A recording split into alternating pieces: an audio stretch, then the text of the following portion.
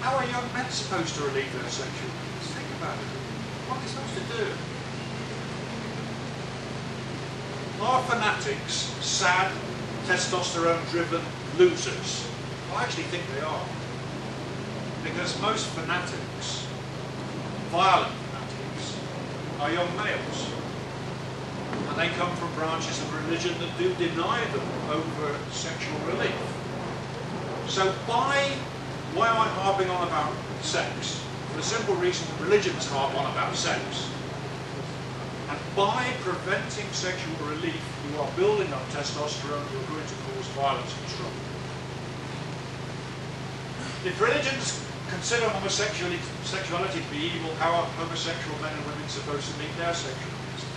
It's denial of need. That's why I'm making these points. Religion is about control. And if you can control someone's basic needs, you've got them by the masculine and feminine version of balls, okay? So if you can control someone's sexual needs, if you can get into their bedroom and tell them how to behave, if you can tell them to keep their hands above the bedclothes at night, if you can get that far into somebody's psyche, then you have got total control. There is one Christian church that springs immediately to mind. Begins with C and ends with Lick. Catholics. Okay? The Catholics are red hot on this form of social control.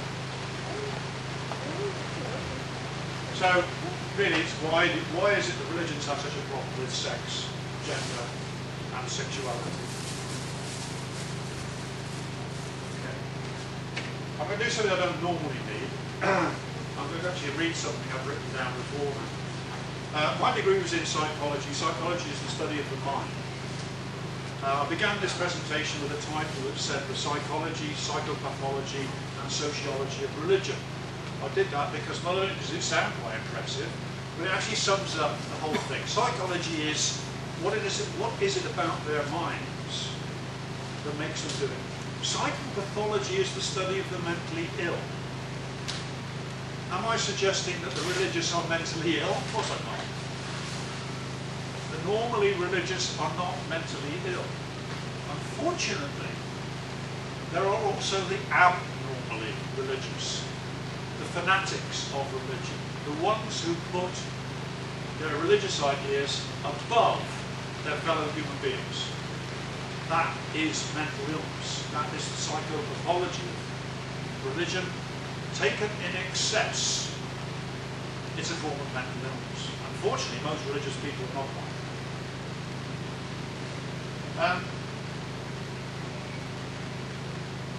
By the way, just see that normal curve I showed, where I showed muscle up at one end and profoundly religious people at the other end. That curve is not making any form of value judgment about who's right and who's wrong. It's simply explaining the spread of belief in our society. Right. Need versus truth. It strikes me as self-evident. And when anybody says self-evident, challenge it. Because it may be self-evident to the person who's saying it, but not to the person who's listening to it. It strikes me as self-evident that religion must meet a need for some people, or they wouldn't bother. I mean, there must be something that it gives them, or they wouldn't bother at all. The problem comes is when what they believe they like to consider to be a truth. And this is where we come in, because this is where we have real problems, because we're the first ones to say that it's incredibly difficult to establish a truth. And we start talking about logic and scientific method and hypotheses and testing and all of the rest of it. Religious truth is not the same truth that we know as truth. Religious truth is something which has meaning to a religious person. It is not a testable truth. So to some extent, it's blind. Self-delusion. The one thing about atheists is they're strong-minded. And because we're strong-minded, we can sometimes be arrogant. And we may well consider the religious are deluded. However, that is actually an insulting thing to say, because they would not be religious unless their religion provided them with something that gives them a meaning in life. It gives them some meaning, something to hang on to in life. So we may think they're deluded about the facts of their religion, but we have to be very careful, because the meaning they associate with their religion can be the prop on which they rest their lives. If you kick away their prop, they're left with nothing. So, strong-minded people who talk about truth, and who talk about proof, and talk about assessing arguments, need to be very careful when we kick away the crutch of religion from a lot of people's lives. If you get a C of E vicar or a Catholic priest, don't hesitate to kick away the crutch, because they're ready for it. When you take the average member of the flock, they haven't got a clue. They can't stand up to the argument. So be careful. Right. One of the ways to test how something looks is to try to be dispassionate. We can't be dispassionate because we have strong views. The religious are not dispassionate. So let's invent somebody who comes to Earth from another planet. So I have my chap from another planet, lands on Earth, his frozen fingers turn to the next page.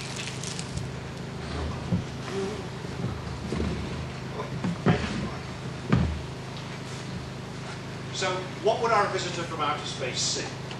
He would see people of every possible shape and colour, divided into two sexes.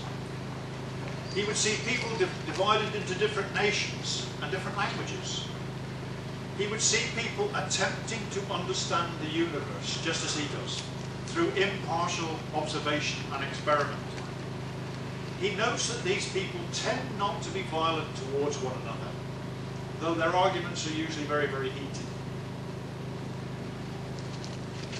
He finds another group of people who try to explain what they don't understand by proposing some form of supernatural entity.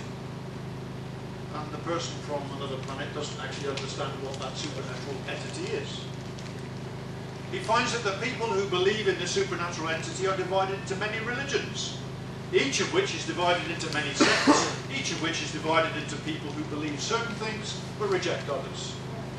I did a count of the number of gods currently kicking around in the world, and it is 800 plus.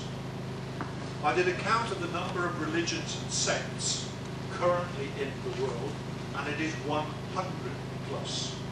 So you think about Christianity with its 47 different flavours, Islam with its dozen or so different flavours. By the time you add up all the religions and sects, you have over 100, worshipping up to 100 different gods. Paganism is quite good, it has lots of gods. It's a wide choice in paganism. So there's this difference. And he also finds that the differences that one sect has with another are very minor, and yet they lead to one sect killing the other. And I'll give you an example. I'm just reading a book about Byzantium, and as you know, I hope you know, in about 325, the Emperor Constantine got the Christians together in a room and banged their heads together because they could not agree on anything. So he got a bishop called Eusebius to sit down with his mates and define what Christianity was. He also said, if you define it right, i.e. in a way that I agree with it, I'll make it the religion of the entire Roman Empire. That's pretty good. So Eusebius is a bright bloke, and he figures out now, what does Constantine want? He wants something which justifies him being emperor in charge of the entire empire. He wants something which justifies people paying taxes. He wants nobody to be causing trouble. In other words, we need to define our religion in such a way that we don't cause offence to the emperor and we stand the maximum chance of getting converts. And so the Christianity we know today was essentially